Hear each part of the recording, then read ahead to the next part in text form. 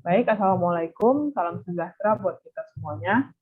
Kami di sini dari kelompok 9, kami ingin mempresentasikan hasil dari tugas proposal kami yang sudah kami selesaikan dan kami sudah buat jurnal dan saat ini kami akan presentasikan.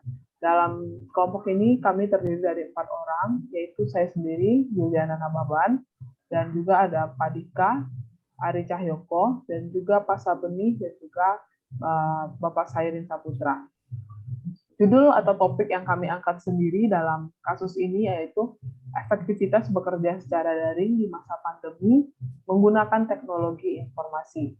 Dan saat ini rekan saya Bapak Dika Ari Cahyoko akan memberikan penjelasan bagaimana pengertian dan efektivitas bekerja secara daring.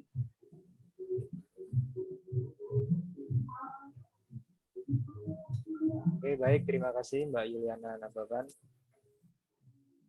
Saya akan menjelaskan pengertian bekerja dari rumah atau work from home yang saat ini sedang banyak dilakukan oleh kita semua karena adanya pandemi COVID-19 saat ini. Jadi pengertian bekerja dari rumah. Bekerja dari rumah atau istilah yang populer saat ini adalah work from home, yaitu bekerja dari jarak jauh melalui daring atau menggunakan media internet yang sudah sangat maju. Bekerja dari rumah sendiri biasa dilakukan bagi mereka yang memang bisa melakukan pekerjaannya dari rumah. Bekerja dari rumah sudah tidak asing lagi bagi mereka yang memang bekerja sebagai freelancer, karena mereka jarang bertatap muka secara langsung dengan kliennya. Dan menurut para ahli seperti Crosby dan Moore pada tahun 2004, mereka bekerja dari rumah berarti pekerjaan berbayar yang dilakukan terutama dari rumah, minimal 20 jam per minggu. Bekerja dari rumah akan memberikan waktu yang lebih fleksibel bagi para pekerja untuk memberikan keseimbangan hidup bagi karyawan. Dan di sisi lain, juga akan memberikan keuntungan bagi perusahaan. Dan pekerjaan dari rumah ini memang salah satu metode yang bisa dilakukan di saat pandemi COVID-19 pada saat ini. Untuk mengurangi mobilitas dan bertatap langsung terhadap karyawan, maka perlu diadakannya bekerja dari rumah. Mungkin pengertian bekerja dari rumah itu saja. Dan yang selanjutnya akan dibacakan oleh Mbak Juliana Nababan tentang kelebihan dari bekerja dari rumah. Baik, terima kasih Pak Dika. Kali ini kita masuk ke dalam bagaimana kelebihan bekerja dari rumah atau kelebihan dari work from home. Di sini kita mengambil 4 poin saja bagaimana bekerja dari rumah itu mempunyai kelebihan. Yang pertama, biaya operasional menurun. Jadi kita mengetahui bagaimana ketika kita bekerja dari rumah, perusahaan tersebut pasti mempunyai pengurangan atau biaya operasional yang seharusnya dikeluarkan seperti biaya listrik, biaya internet, biaya transportasi karyawan, biaya bersih-bersih atau biaya maintenance lainnya itu bisa dihandle atau dikurangi atau tidak dikeluarkan sama sekali dikarenakan tidak adanya aktivitas di kantor tersebut atau dipindahkan ke rumah. Jadi biaya operasional dari suatu perusahaan akan menurun ketika bekerja dari rumah. Yang kedua yaitu lebih fleksibel ya. Jadi bekerja dari rumah di sini dikatakan lebih fleksibel dikarenakan mungkin karena di rumah mungkin kita akan merasa lebih nyaman lagi ya karena kita dari rumah jadi kita bekerja bisa lebih fleksibel daripada dari kantor ya.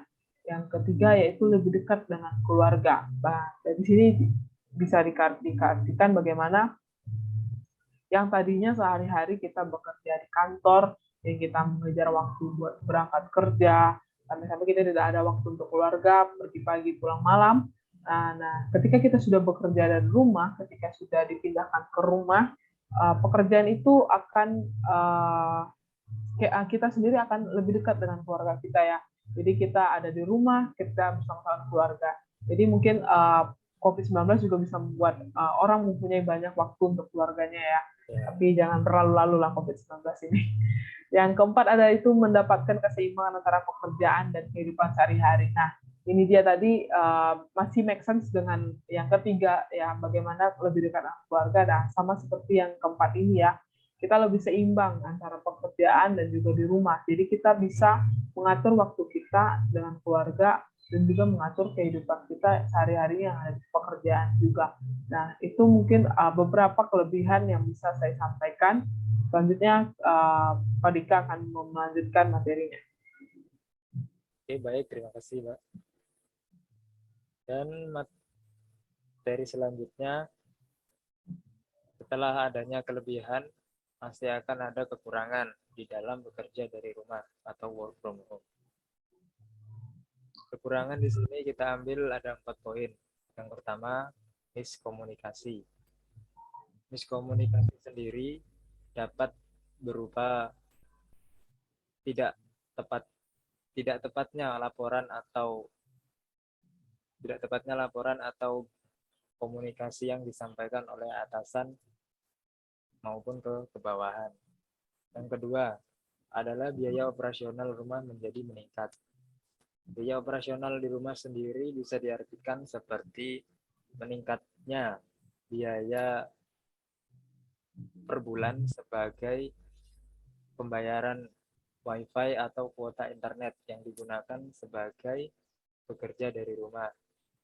Dan tentunya juga akan sangat boros untuk penggunaan listrik. Dan poin ketiga, tidak semua pekerjaan bisa dilakukan dari rumah. Mungkin ada beberapa pekerjaan yang bisa dilakukan baik itu di rumah maupun tidak harus dari rumah. Contoh pekerjaan yang bisa dari rumah seperti itu freelancer ataupun desainer grafis. Dan ada pekerjaan yang tidak bisa dilakukan dari rumah. Contohnya seperti security dan operator tambang. Dan poin yang keempat, banyak gangguan kerja. Tidak dipungkiri bahwa bekerja dari rumah memang efektif, tetapi juga dapat memberikan dampak yang timbul dari situ. Sebagai contoh, banyaknya gangguan di rumah seperti entah itu berisik karena tetangga ataupun adanya gangguan koneksi internet yang terjadi di rumah akibat tidak adanya signal di tempat kita bekerja dari rumah. Mungkin itu sebagian contoh dari kekurangan bekerja dari rumah. Dan selanjutnya akan ada metode yang akan disampaikan oleh Mbak Yuliana. Oke, silakan, Mbak. Baik, terima kasih Pak Dika. Nah, di sini kita akan masuk ke dalam metode apa saja sih yang bisa kita lakukan untuk bisa bekerja dari rumah secara baik. Nah, dari sini ada metode komunikasi, metode bekerja.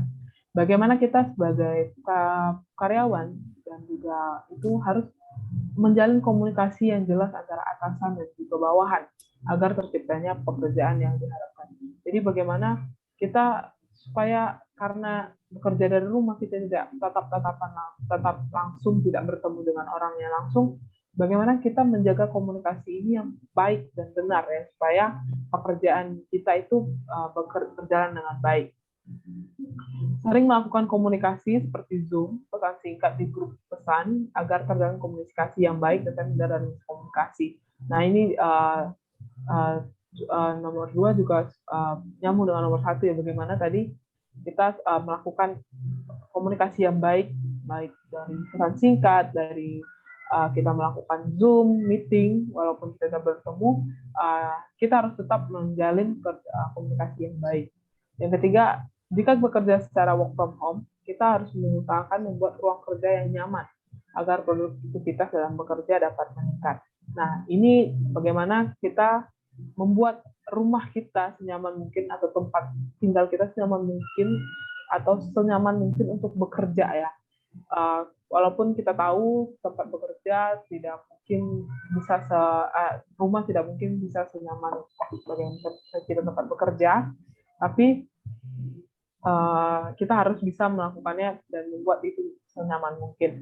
Yang keempat, bagaimana atasan selalu memberikan arahan produktif, arahan yang dan semangat untuk karyawan agar tetap produktif. Jadi bagaimana saling menyemangati dalam satu tim ini juga sangat berpengaruh baik ya dalam metode pekerjaan. Di sini juga ada beberapa metode yang baik digunakan dalam melakukan absensi sebelum atau sudah jam kerja menggunakan email atau aplikasi pesan yang di-approve langsung oleh atasan. Jadi bagaimana dalam pekerjaan kita, bagaimana absensi kita menggunakan aplikasi yang cukup baik supaya di mana pekerjaan tidak ada jam yang kurang atau tidak ada jam yang berlebih. Jadi kita bekerja sesuai dengan jamnya. Yang kedua, merespon semua arahan yang diberikan oleh atasan paling lambat 30 menit setelah arahan diberikan. Jadi bagaimana sebagai kerjasama dalam satu tim kita memberikan respon satu sama lain supaya tidak terjadi miskom tadi ya, dan menyampaikan rencana kerja harian kepada atasan kita. Bagaimana kita membuat daily activity kita atau rutinitas kita sebelum kita bekerja, kita buat dulu supaya pekerjaan kita dalam satu hari itu apa-apa saja yang ingin kita kerjakan itu berjalan dengan baik. Yang keempat, wajib berada di tempat tinggal saat jam kerja berlangsung, kecuali dalam keadaan mendesak ya, dan mendapatkan izin dari atasan.